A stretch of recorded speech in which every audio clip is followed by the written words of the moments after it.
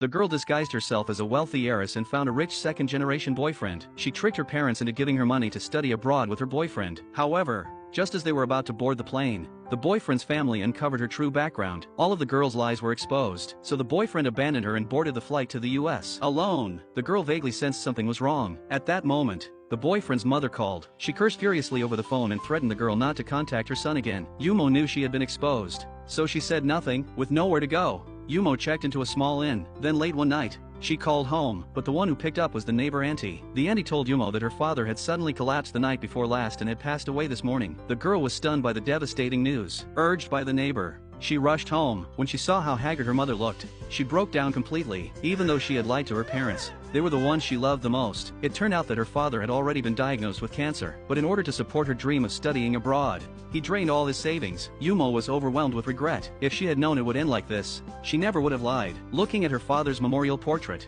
she made up her mind to change. 그냥 열심히 살아볼게. 그동안 미안했어.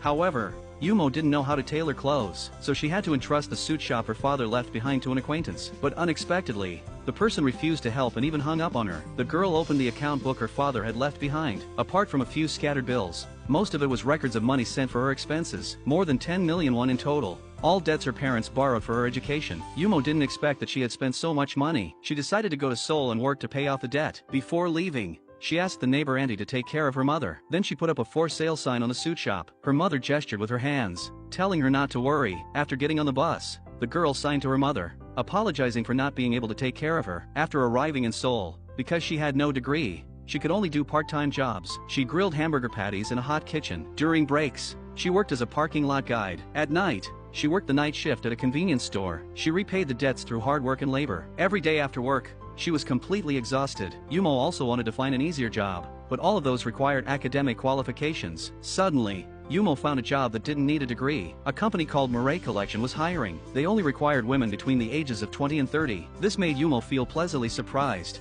and she immediately rushed to the address listed. At that moment, a luxury car passed by her. The wealthy young woman who stepped out of the car was the person in charge of Murray Collection.